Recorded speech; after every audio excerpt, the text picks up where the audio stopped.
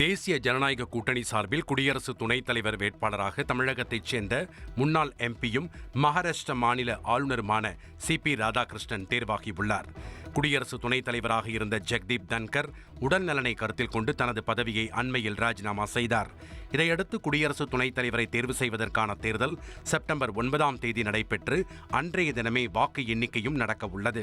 இந்நிலையில் பாஜக தலைமையிலான தேசிய ஜனநாயக கூட்டணி சார்பில் வேட்பாளரை தேர்வு செய்வது தொடர்பாக அக்கட்சியின் தேசிய தலைவர் JP நட்டா தலைமையில் டெல்லியில் நாடாளுமன்ற குழு கூட்டம் நடைபெற்றது. இதில் வேட்பாளராக மகாராஷ்டிர மாநில ஆளுநர் CP ராதாகிருஷ்ணன் தேர்வு செய்யப்பட்டார். கோவையைச் சேர்ந்தவரான CP ராதாகிருஷ்ணன் அதே மக்களவை தொகுதியில் 1998, 1999 தேர்தல்களில் வெற்றி பெற்று எம்பியாக இருந்தவர். தமிழக பாஜக தலைவராகவும் செயல்பட்டவர். அடுத்த வருடம் தமிழகத்தில் சட்டப்பேரவை தேர்தல் நடைபெற உள்ள நிலையில் CP ராதாகிருஷ்ணன் குடியரசு துணைத் தலைவர் வேட்பாளராக அறிவிக்கப்பட்டிருப்பது அரசியல் வட்டாரத்தில் கவனம் பெற்றுள்ளது.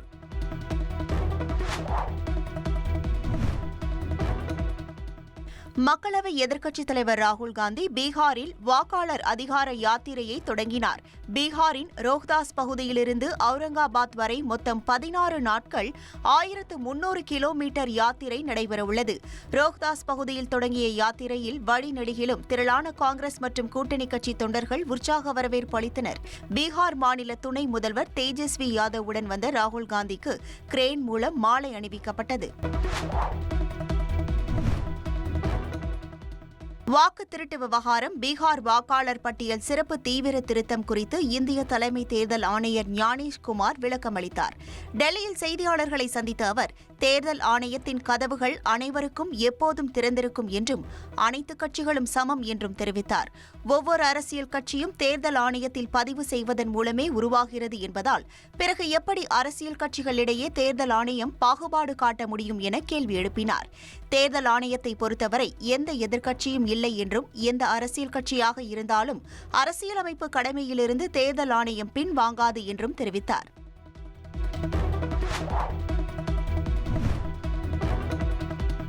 தமிழக ஊரக வளர்ச்சித்துறை அமைச்சர் பெரியசாமிக்கு தொடர்புடைய இடங்களில் நடைபெற்ற சோதனையில் சொத்து மற்றும் முதலீடு தொடர்பான ஆவணங்கள் பறிமுதல் செய்யப்பட்டுள்ளதாக தகவல் வெளியாகியுள்ளது. லஞ்ச ஒழிப்புத்துறை பதிவு செய்த வழக்கை அடிப்படையாக வைத்து பெரியசாமி மற்றும் அவரது மகன் செந்தில்குமார் ஆகியோருக்கு தொடர்புடைய 7 இடங்களில் அமலாக்கத்துறை சோதனை நடைபெற்றது.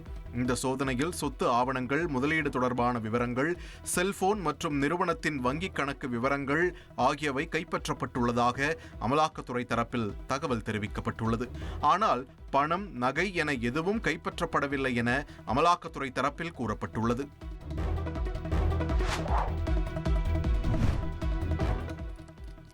பாமக நிறுவனர் மற்றும் தலைவராக ராமதாஸ் செயல்படுவார் என பாமக சிறப்பு பொதுக்குழுவில் தீர்மானம் நிறைவேற்றப்பட்டது. விழுப்புரம் மாவட்டம் பட்டனூரில் பாமக சிறப்பு பொதுக்குழு கூட்டம் நடைபெற்றது. இதில் பாமக நிறுவனர் மற்றும் தலைவராக ராமதாஸ் செயல்படுவார் என்பதை சிறப்பு பொதுக்குழு ஒருமனதாக அங்கீகரிப்பதாக பாமக கௌரவ தலைவர் GK மணி அறிவித்தார். அப்போது ராமதாஸ் எழுந்து நின்று தொண்டர்களுக்கு வணக்கம் தெரிவித்து கையசைத்தார். சட்டமன்ற தேர்தலில் கூட்டணி குறித்து முடிவெடுக்க ராமதாஸிற்கு முழு அதிகாரம் அளித்தும் பாமக சிறப்பு பொதுக்குழுவில் தீர்மானம் நிறைவேற்றப்பட்டது.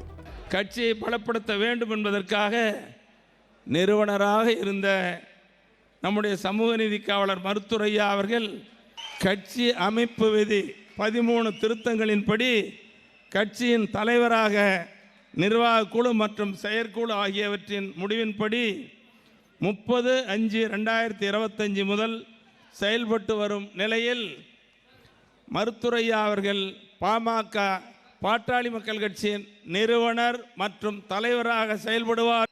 17/8/2025 இன்றைய மாநில சிறப்பு பொதுக்குழு ஒருமனதாக அங்கீகரிக்கிறது.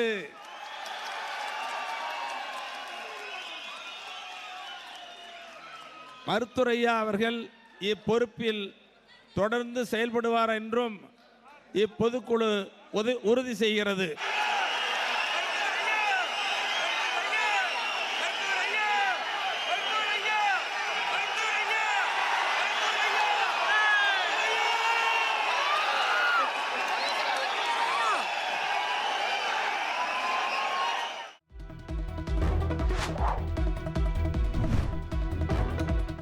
ராமதாஸ் தலைமையில் நடைபெற்ற பாமக பொதுக்குழு கூட்டம் செல்லாது என்று வழக்கறிஞர் பாலு தெரிவித்துள்ளார்.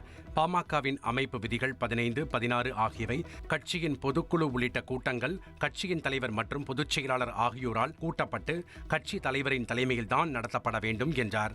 ஆகஸ்ட் 9ஆம் தேதி மாமல்லபுரத்தில் கட்சித் தலைவர் அன்புமணியின் தலைமையில் முறைப்படி நடந்ததாகவும் அதில் நிறைவேற்றப்பட்ட தீர்மானங்கள் குறித்த தகவல் இந்திய தேர்தல் ஆணையத்திற்கு முறைப்படி தெரிவிக்கப்பட்டிருப்பதாகவும் பாலு தனது அறிக்கையில் குறிப்பிட்டுள்ளார். இந்நிலையில் பட்டானூரில் ராமதாஸ் தலைமையில் நடந்த கூட்டம் பாமகவின் பொதுக்குழு கூட்டம் அல்ல என்றும் அதில் எடுக்கப்பட்ட முடிவுகள் கட்சியை எந்த வகையிலும் கட்டுப்படுத்தாது என்றும் அவர் தெரிவித்துள்ளார்.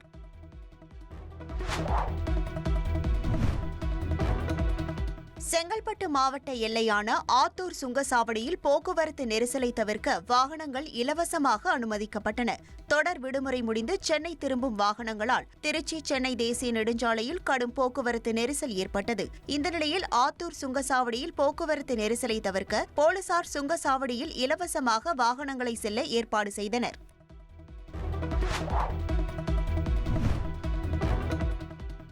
நீலகிரி மாவட்டம் கூடலூர் மற்றும் அதன் சுற்றுவட்டார பகுதிகளில் மழை கொட்டி தீர்த்தது. கூடலூரில் 56 மில்லிமீட்டர் மழையும், தேவாலாவில் 62 மில்லிமீட்டர் மழையும், ஓவேலி பகுதியில் 65 மில்லிமீட்டர் மழையும் பதிவானது.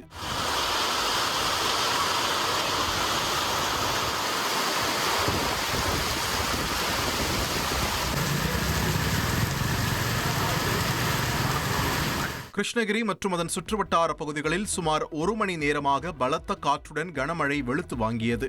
கிருஷ்ணகிரி, பர்கூர், ஜெகதேவி, குந்தாரப்பள்ளி, காவிரிப்பட்டினம் உள்ளிட்ட பகுதிகளில் பெய்த மழையால் மக்கள் மகிழ்ச்சி அடைந்தனர்.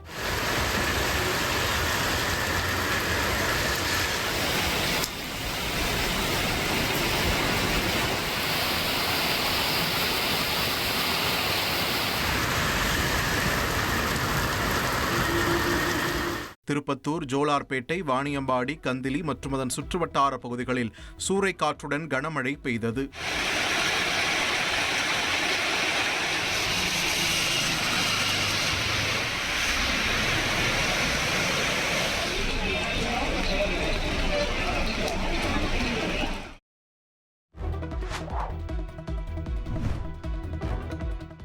பாகிஸ்தானில் வடமேற்கு பகுதிகளில் கடந்த சில நாட்களாக பெய்து வரும் கனமழையால் ஏற்பட்ட வெள்ளம் மற்றும் நிலச்சரிவுக்கு உயிரிழந்தவர்களின் எண்ணிக்கை 340 கடந்துள்ளதாக அந்நாட்டு ஊடகங்களில் செய்தி வெளியாகியுள்ளது. இதில் கைபர் பக்துன்க்வா மாகாணத்தில் அதிகபட்ச உயிரிழப்புகள் பதிவாகியுள்ளதாக கூறப்படும் நிலையில் பர்னர் மாவட்டத்தில் 209 பேரை காணவில்லை என்றும் அவர்களை தேடும் பணியானது நடைபெற்று வருவதால் மழைக்கு பலியானோரின் எண்ணிக்கை மேலும் அதிகரிக்கக்கூடும் என அஞ்சப்படுகிறது.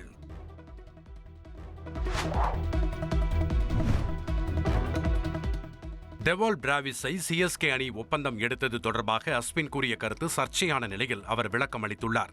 தான் பேசிய வீடியோவில் பிரேவிஸின் ஆட்டத்தையும் சிஎஸ்கே அவரை சரியான நேரத்தில் ஒப்பந்தம் செய்தது ஒரு மாஸ்டர் ஸ்ட்ரோக் எனவும் குறிப்பிட்டதாக கூறினார். ஆனால் சிலர் வீடியோவின் ஒரு பகுதியை மட்டும் பார்த்துவிட்டு திரித்து கூறுவதாக தெரிவித்துள்ளார்.